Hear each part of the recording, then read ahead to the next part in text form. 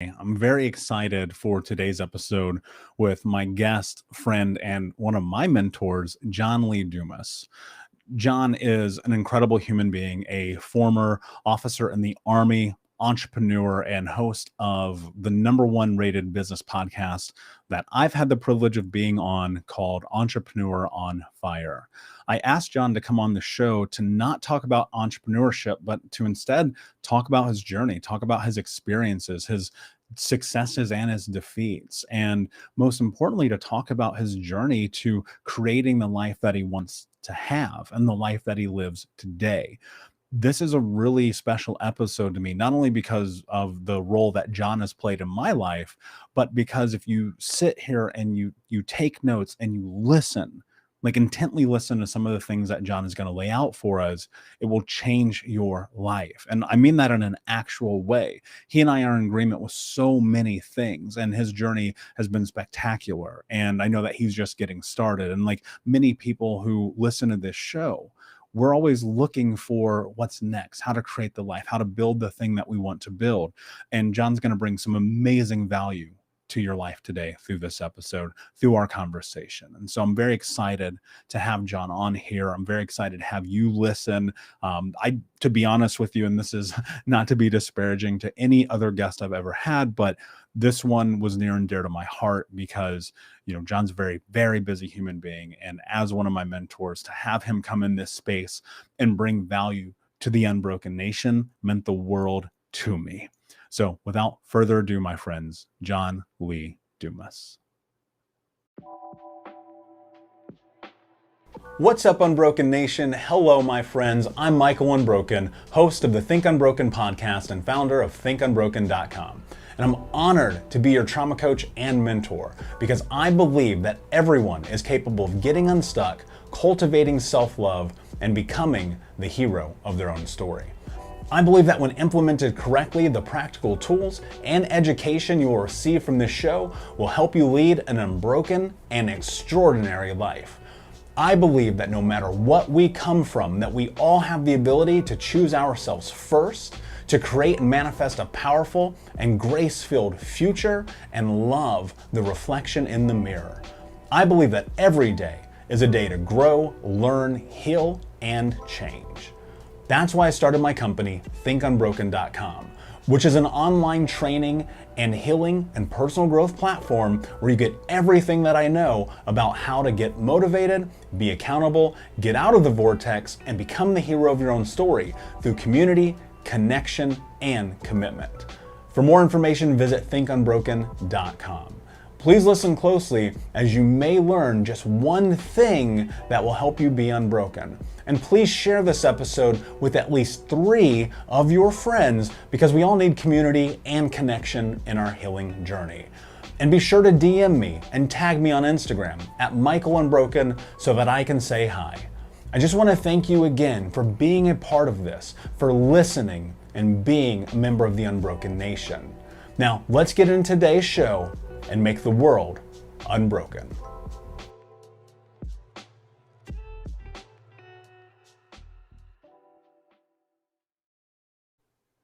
Hey, what's up, Unbroken Nation? Hope that you're doing well wherever you are in the world today. Super excited to be back with another episode with my friend, one of my mentors, and super special guest today, John Lee Dumas. John, my man, what is going on in your world today? Michael, I'm fired up and down here in Puerto Rico where the sun is shining, the birds are singing, life is good. Dude, I love it. I'm super excited to have you. You may have noticed a little nod, the Unbroken Nation there, throw a little homage to you. I started listening to Entrepreneur on Fire, your podcast, about 7 years ago. It's played huge, huge dividends in my life. And so the opportunity to have you on the show is incredible. Now, I know a little bit more about you than most folks. I know that you grew up in Maine, 4 years of college paid for with an Army scholarship, 8 years as an officer, 13 months in Iraq. You had a team of 16 men. You led in some of the most dangerous parts of the Middle East at the most dangerous time to be there. And, first and foremost, as someone who comes from a military family, I have a huge amount of admiration for you. Thank you for your service and for what you've done. I'm curious. I heard you say something one time that really struck me. You were like, at 23 years old, you were arguably completely, while in this college and this growth and being an Army cadet, feeling still very irresponsible, and having this moment of 6 months prior to leading these men into war, doing keg stands. And I remember hearing that and being like, that is such an incredible juxtaposition. How did you switch into this place of taking massive responsibility for your life in such a required time, John? I think the word switch that you use is actually a very good one, because it was literally like flipping a switch, because that's what I had to do. I just had a great life growing up in Maine for the first 18 years of my life in a very small town, and just doing the things that, somebody's going to do from 0 to 18 years old, and then having the best 4 years of my life in college, and just having such a blast, graduating at 22 and then being commissioned as an officer in the US Army. And then all of a sudden being shipped over to Fort Riley, Kansas, where I'm a platoon leader, training my platoon of 16 men and 4 tanks to take to war, and saying, I literally had 6 months ago a life where I woke up when I wanted to wake up. I had nothing to do except, barely scrape by on whatever classes I had to do, and then go to a party that night and drink with my friends and hang out and flirt with girls. Like, that literally was my life for 4 years, to now, like, I'm driving this, absolutely killing machine, this 77-ton M1A1 Abrams that's going to deploy with me to Iraq to go fight and kill our enemies, with 16 men's lives at my, under my supervision, and at essentially the, beck and call of the decisions that I'm going to be making, good or bad. And it was terrifying. And I literally could not be like the John Lee Dumas of college or of the first 18 years of my life, the happy-go-lucky, the looking at the bright side of everything. I couldn't be that person. I literally had to flip a switch and just become a new person, become a different person. And honestly, like, I hadn't really heard or seen other people talk or do these things back in that day. So I was just like, I must just be weird. I must just have to be doing this on my own. And now it's kind of interesting, like, seeing some documentaries of people like Kobe, who went into Black Mamba, like he flips the switch, and how Serena Williams does the exact same thing. Like, she has her and Beyonce has her alter ego.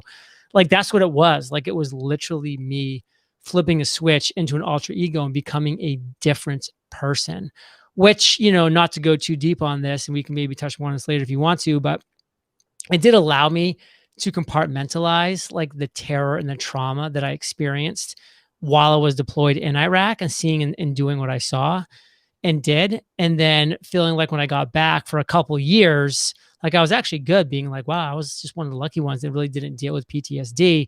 But then when I like flipped the switch back into like the real John Lee Dumas, like, that's when the problem started. That's when the anxiety, the depression, the PTSD really kicked in for the first time. So it was like really a delayed onset of those issues that I had to deal with during my 20s. Man, it's so fascinating to me that you picked up on the switch in that way, because, and I'm lucky enough to know that you've seen me on stage. That's a switch for me too. Michael Unbroken is very much stepping into that so I can get the job done. And I do align with that idea with Kobe and Beyonce and people who do that, because I think that there is maybe levels to it, right? Where you just look at your life and you go, I have to go to the next level. I have this responsibility. I almost even at times have to convince myself into being able to do this thing, right? And so, I heard you mention before that this transition out of military service and into civilian life, and these were your words, you may or may not remember them, but it was a terrible failure for 6 years. And you were in this place where you were dealing with PTSD, you were feeling lost. But you said in the struggle of nothing, you turned to education. And I thought that was a fascinating thing. You turned to books, you turned to podcasts, you turned to personal development. Why? Like, here, and the reason I'm asking you why is to create rhyme and reason. Because I think that in my experience, like being at the bottom, that's the best time to turn to education. Why did that happen for you, John? So those were 6 years of struggle. Law school, dropped out, corporate finance, quit, real estate, didn't work out for me. And I was just wondering, I was scratching my head, just being like, what's wrong with me? Like, what's the issue here? Like, why am I unable to achieve the type of success that I'm just chasing and actually working hard in? Because I was working hard in all of those things. And frankly, to answer your question directly, it was out of desperation. Like I was desperate. I was just like, whatever I've been doing is not working.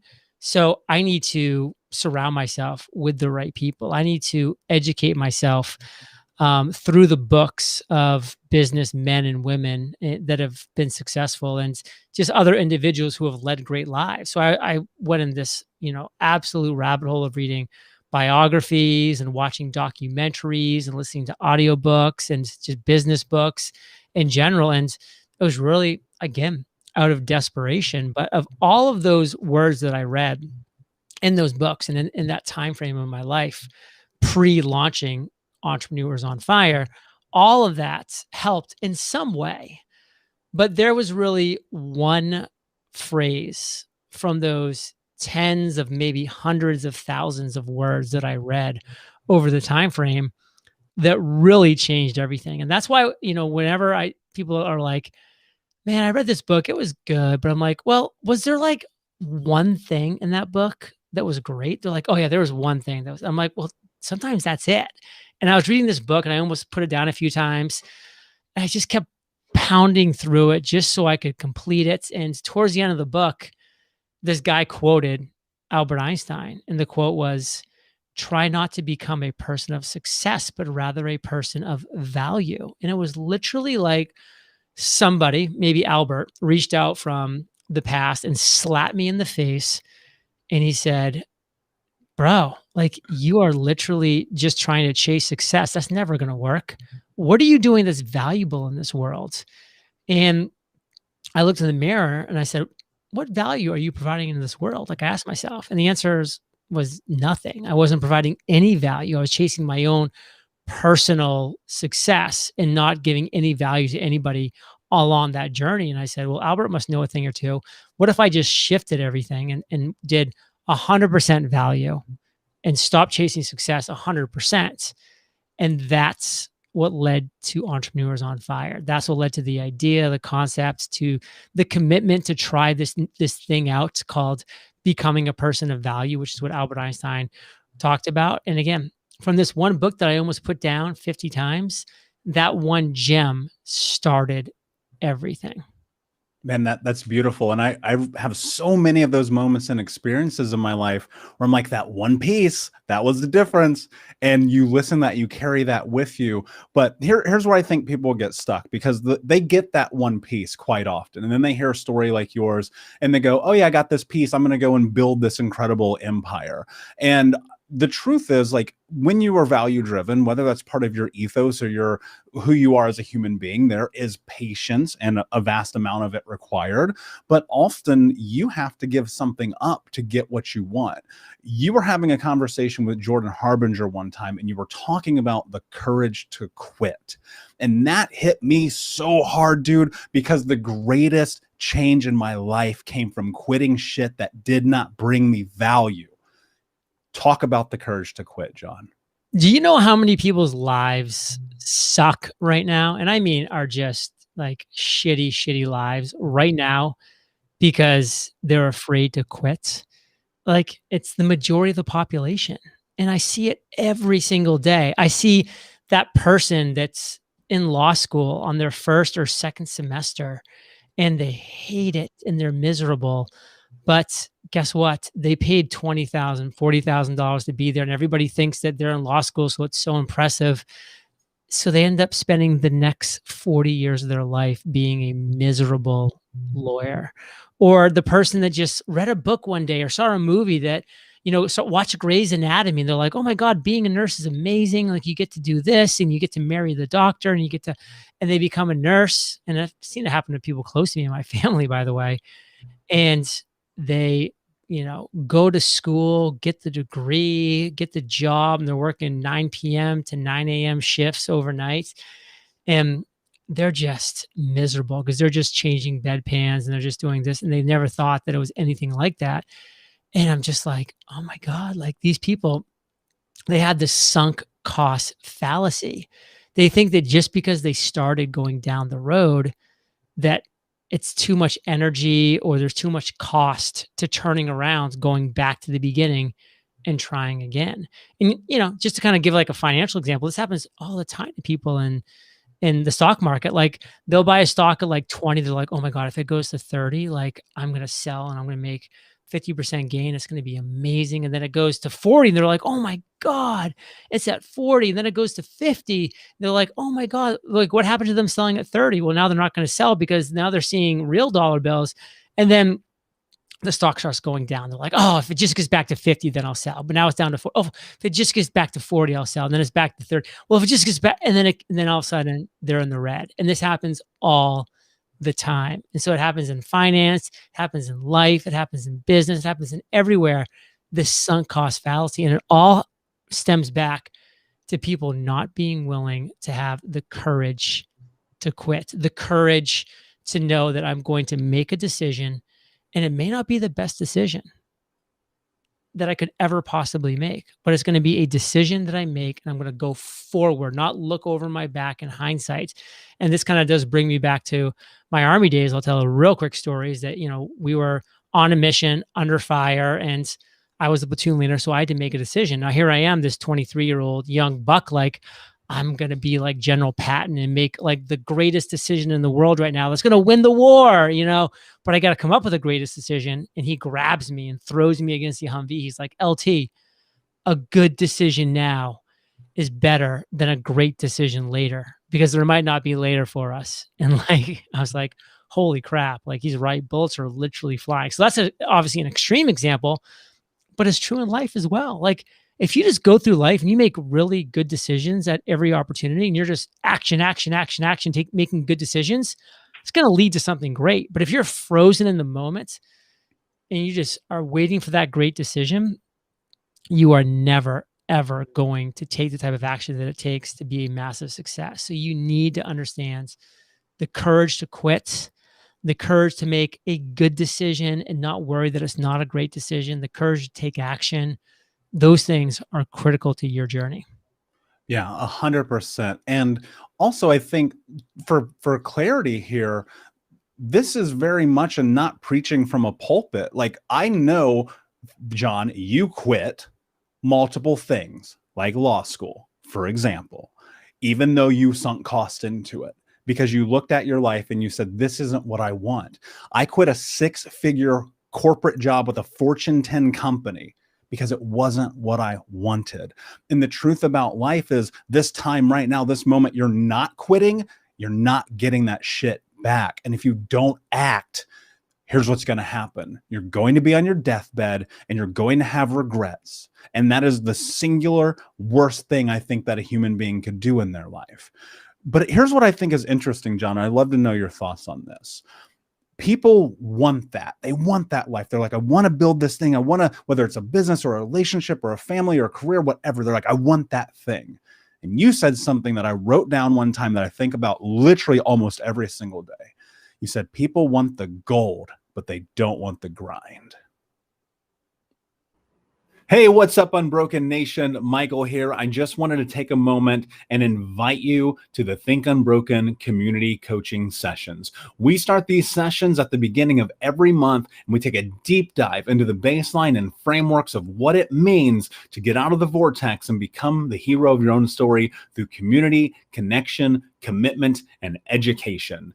You can learn more about this at healtraumacoach.com, where you can fill out an application and sign up for a trauma healing call with me or my team to see if the Think Unbroken community coaching sessions is right for you. That's at healtraumacoach.com. We start at the beginning of every month. I cannot wait to see you there. And I'll be honest with you, if I'm not the right fit for you, we will help you find the person that can help you on your journey. What does that mean? Listen, if it was easy every single person would be doing it, and then it wouldn't be worth anything. The best things that I've done in my life, in my world, have been grinding. Like, why is Entrepreneurs on Fire successful? Well, it's because back in 2012, I identified the absolute thing that was missing in the business podcasting space. There's a good number of business podcasts back then, but nobody, and I mean nobody, was doing anything more than a once a week podcast interview, because it's a lot of work. You got to find the guest, you got to schedule time, you've got to interview them, you've got to edit it, you've got to upload it to your podcast host, you've got to do the show notes page, you got to promote it on social media. Like, that's a lot of work, and it is a lot of work. And I said, well, why is nobody doing a daily show interviewing entrepreneurs? Because it's too much work. Everybody told me, my coach, my mentor, Jamie Masters, my mastermind leader, Cliff Ravenscraft, it's just too much work, John. And I said, well, wait a second. If the two top people in the podcast space are telling me it's too much work and it'll never happen, and I find a way to do it, wow, think of that opportunity. Think of that. And this goes back to a quote that I'm a big believer in. The higher the barrier, the lower the competition. And a daily podcast is setting a very high barrier because it's so much work. Finding 365 guests a year, 365 show notes page, 365 editing, and you guys know the whole spiel by now. So much work. But guess what? Because it's such a high barrier, I had not only low competition, I had no competition. I was able to build a moat around my business. Why? Because nobody was able to create the systems, the processes, and put in the grind and the work that it took to do a daily podcast interviewing entrepreneurs. And that's why I won at such a high level. So everybody wants Entrepreneurs on Fire. Like, they want the 1 million plus listens per month. They want the 100 million total listens. They want the 3,000 episodes in their back catalog. They want the $200,000 we made last month on podcast sponsorships alone. They want the 8 figures of revenue that we've generated over the past 9 years in the business.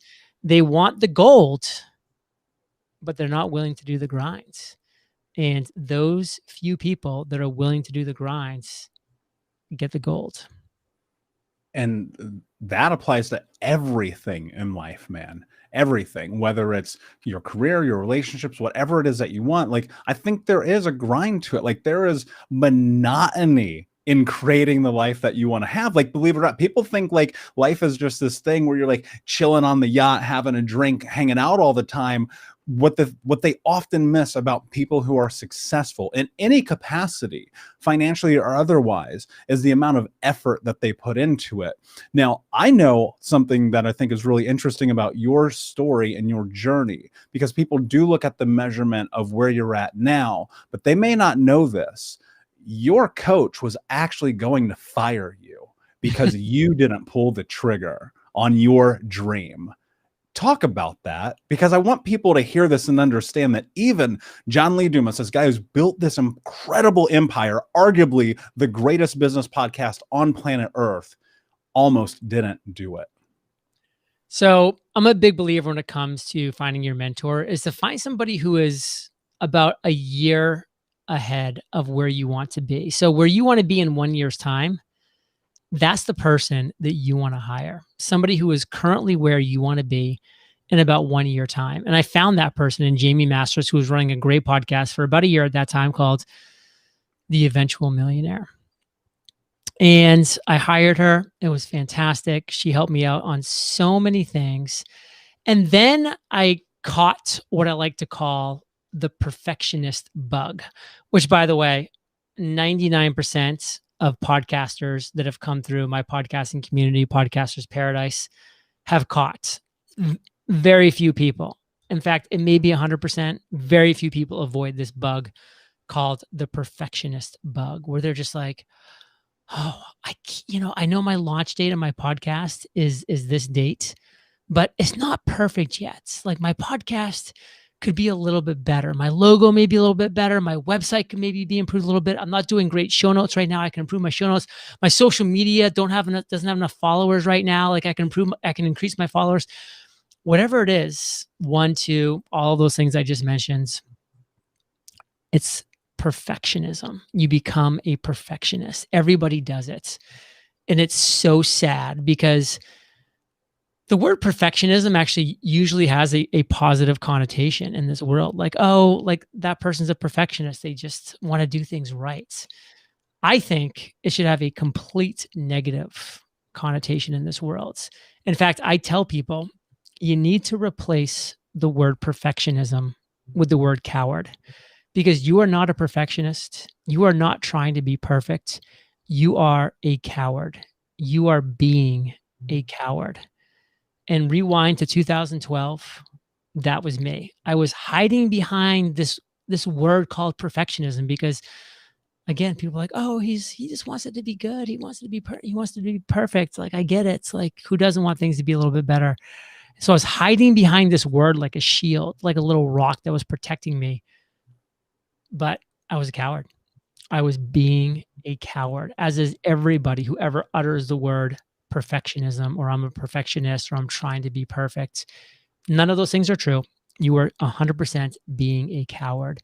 And so I delayed my launch for a week, and then 2 weeks, and then 3 weeks. And finally, my mentor bitch slapped me, as she should have done. And she said, I will fire you if you don't launch tomorrow. And that's why I had this kind of random launch date, September 22nd, 2012. It was just like end of the month, like let's just launch. It was no special day. It was just the day that my mentor wouldn't fire me. And let me tell you, I have never made the mistake again of trying to be a perfectionist, because I call that $100,000 mistake. I mean, it took me 13 months to get my podcast to over $100,000 in revenue. And that month that I wasted not launching it just delayed that a month. So that was a $100,000 mistake I'll never get back, because I wasn't being a perfectionist.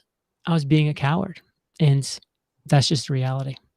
Yeah, that's a hard truth, man. And you have to look in the mirror. And I have a feeling it was probably keeping you awake at night. Why won't I do this? Why won't I just pull the trigger? What's going on?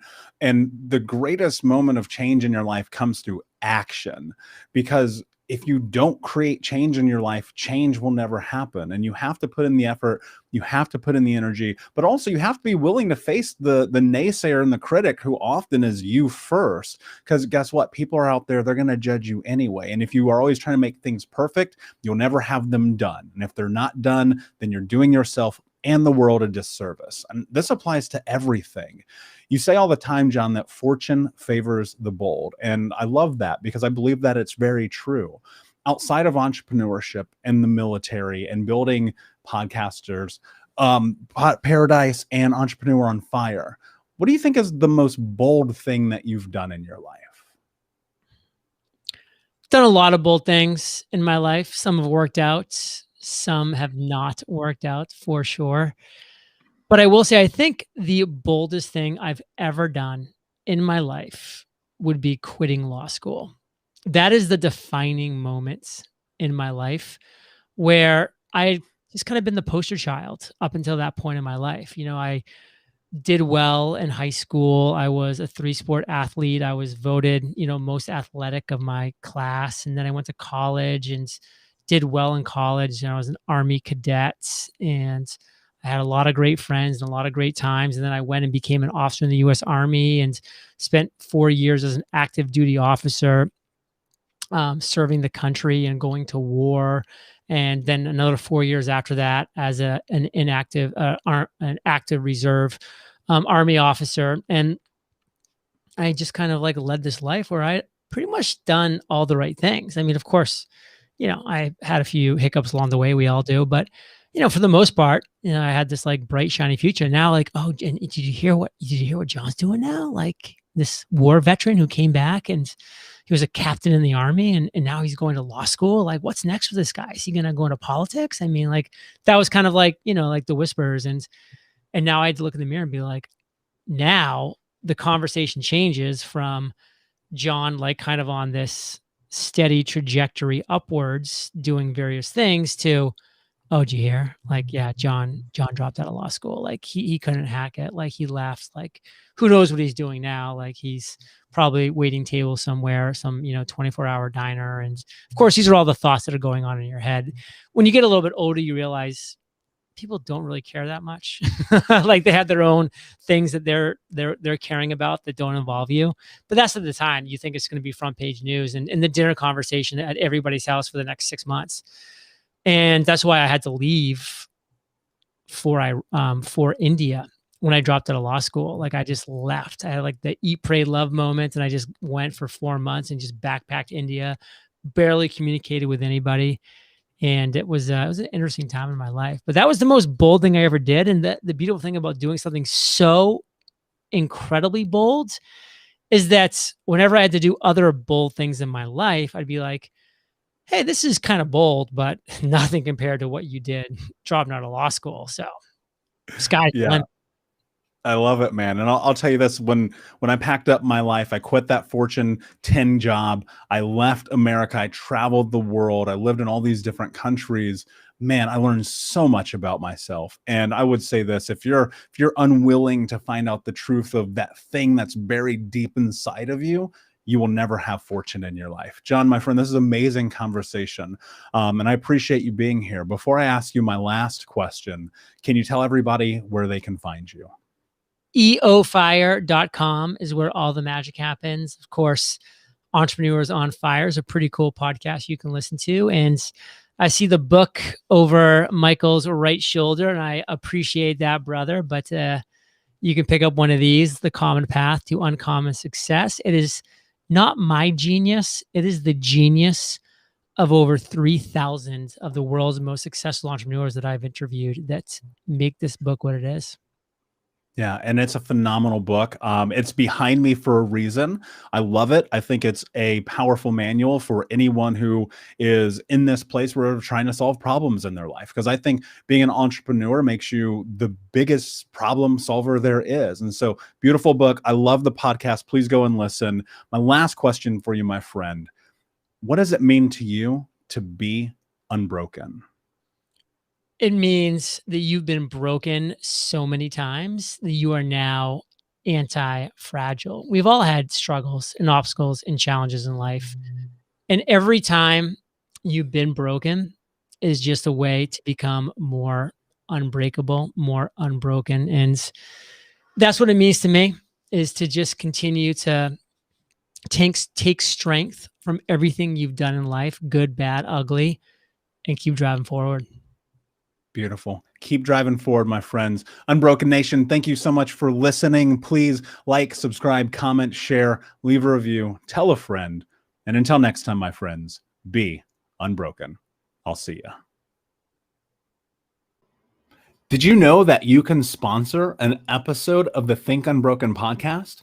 All you have to do is visit thinkunbrokenpodcast.com, and there's a little coffee icon down there at the bottom of the screen, or you can click the sponsor an episode link, and your name will go on the sponsored list for sponsors of the Think Unbroken podcast. One of the things you may not know is that this is an internal podcast. There's no major sponsors. Coca-Cola doesn't sponsor us. We don't get the Joe Rogan endorsement. We're over here trying to create massive change in the world, and I cannot do it alone, and I need your help. So if you have the ability, please visit thinkunbrokenpodcast.com, help sponsor an episode, and we will put your name on the sponsorship list where everyone can see your contribution to the Unbroken Nation. My friend, I appreciate it so much. I want to continue to make these shows and bring tremendous value to your life, to our world, and to the Unbroken Nation, but I cannot do it alone. If you have the ability, please visit thinkunbrokenpodcast.com and sponsor an episode. All right, my friends. Unbroken Nation, hope that you just got a tremendous amount of value from today's episode.